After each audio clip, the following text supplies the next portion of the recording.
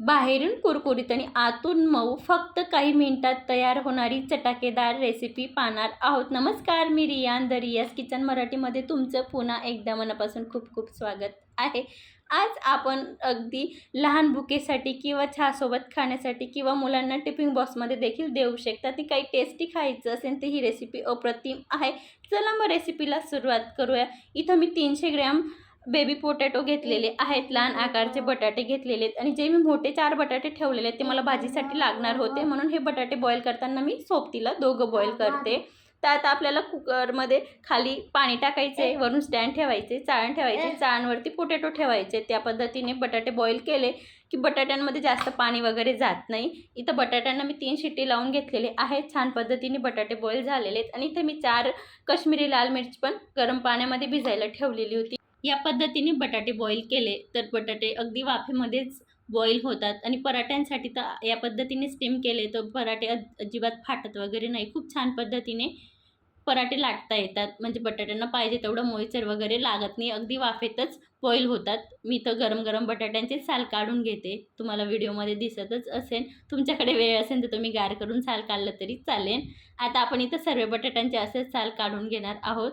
मी 300 gram बटाटे घेतलेले आहेत, तर सर्व बटाट्यांचे साल काढून आता आपल्याला साईडला ठेवून द्यायचे। इथं मी एक बाउल घेते, एक बाउलमध्ये 1 चमचा तेल घेतलेलं आहे, अर्धा चमचा काश्मीरी लाल तिखट आणि चवीनुसार नमक घ्यायचे। आता आपल्याला तिघं साहित्य छान पद्धतीने मिक्स करून घ्यायचे। मग याच्यात आपण जे बेबी पोटॅटो बॉईल केलेले आहेत ते ॲड करून व्यवस्थित आपल्याला मसाल्याचंच कोटिंग लागेल या पद्धतीने मिक्स करून घ्यायचं चम्मचने मिक्स केलं तर अगदी बटाटे बॉईल केलेले तर तुटू शकतात, त्यासाठी मी तर हातानेच करते। तुमच्याकडे पेचुला असेल तर त्याच्याने केलं तरी चालेल। बघू शकता त्या पद्धतीने मी मसाल्याचंच कोटिंग करून आपल्याला 10 मिनटं साईडला ठेवून द्यायचे। तोपर्यंत आता आपण मेन मसाला तयार करून घेऊया। इथं मी मिरची पाण्यात भिजवलेली होती, ती मिरची आता आपल्याला मिक्सरच्या भांड्यात काढून घ्यायची। 3 ते 4 लसणच्या पाकळ्या घेतलेल्या आहेत, अर्धा चमचा काश्मीरी लाल तिखट, अर्धा चमचा धणे जिरे पुडे, पाव चमचा हळद आहे। आता आपल्याला सर्व साहित्य मिक्सरला फाईन पेस्ट करून घ्यायची। आता गॅसकडे वळूया। गॅस ऑन करून कढईमध्ये मी 1 चमचा तेल, पाव चमचा हिंग आवर्जून घालायचं या रेसिपीमध्ये आणि जे आपण मिक्सरला मसाला बनवला होता काश्मीरी मिरचीची पेस्ट वगैरे ते ॲड करून आपल्याला छान अगदी तेल सुटेपर्यंत व्यवस्थित परतवून घ्यायचं आहे। भुंगरे बटाटे बनवताना खास काळजी ठेवायची।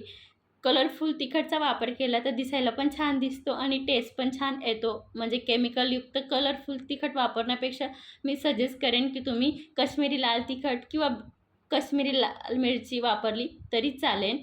इथं छान पद्धतीने तेल सुटेपर्यंत मसाला भाजून झालेला आहे। मी इथं पाव चमचा नमक वापर करते। नमकचा आपल्याला काळजीपूर्वक वापर करायचा आहे। आपण बटाट्यांना कोटिंग करताना मसाल्यामध्ये पण नमक वापरलेलं आहे, इथं पण वापरतोय, त्यासाठी चवीनुसार थोडं थोडं नमक दोघी ठिकाणी वापर करायचा आहे। मी 5 मिनटं झाकण ठेवून मसाल्याला छान शिजवून घेतलेलं आहे। आता कोटिंग केलेला मसाला आणि बटाटे आपल्याला मसाल्यामध्ये ॲड करून घ्यायचे आणि यांना आता छान कुरकुरीत होतात तोपर्यंत 7 ते 8 मिनिट झाकण ठेवून वाफ काढून घ्यायची, म्हणजे मसाल्याला छान पद्धतीने बटाट्यांना एक बाइंडिंग येईन मसाल्याची आणि मसाले वरून अगदी क्रिस्पी होतील आणि आत मऊ राहतील।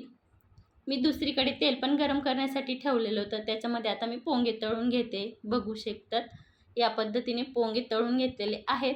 आता दुसरीकडे आपले इथं बटाटे पण छान पद्धतीने बनवून तयार झालेले आहेत। परत आता आपण एक वेळा व्यवस्थित मिक्स करून घेणार आहोत। बघून शकतात तुम्ही की वरून किती क्रिस्पी आणि आत मऊ आणि मसाल्याची छान कोटिंग लागलेली आहे बटाट्याला। बघू शकतात या पद्धतीने आपल्याला बनवून घ्यायचे। मी आता वरून थोडी कोथिंबीर ॲड करते बारीक कट केलेली।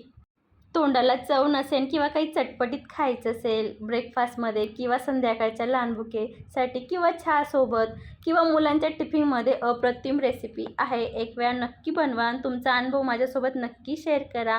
माझ्याकडे आमचूर पावडर नव्हती, त्यासाठी इथं वरून मी थोडा चाट मसाला ॲड करते, याच्याने अगदी मार्केटसारखा टेस्ट येतो। तुमच्याकडे चाट मसाला नसेल तर तुम्ही थोडा लिंबू पिळून देखील ॲड करू शकतात।